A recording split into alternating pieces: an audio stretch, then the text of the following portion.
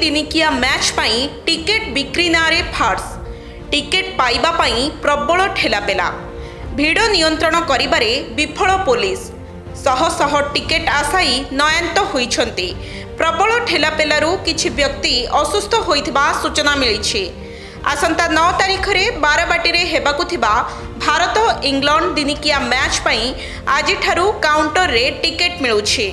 Ticket पाई कालीठू cricket प्रेमी राति अनिद्रा होई लाइन लगाइछंती। लाइन रे हजार हजार लोक ठिया होइछंती हेले काउंटर पाखरे पहुंची पारु नाहंती। गतकाली राति 9टारू लाइन रे ठिया होइथिबा किछि महिलांकु नेई एबे प्रश्न उठिछि। अधिकांश महिला काहा सहित काहार मैच रहिछि जानु नथिले मध्य टिकेट लाइन रे ठिया होइछंती। सेमानक मध्यरु केते जण प्रकृत टिकेट प्रेमी बा खेल देखिबाकू आग्रही ताकू नेई प्रश्न उठिछि। छिड़ा होइथिबा महिला जदि टिकेट पांती तेबे सबु टिकेट सरिबा आशंका सृष्टि होइछि।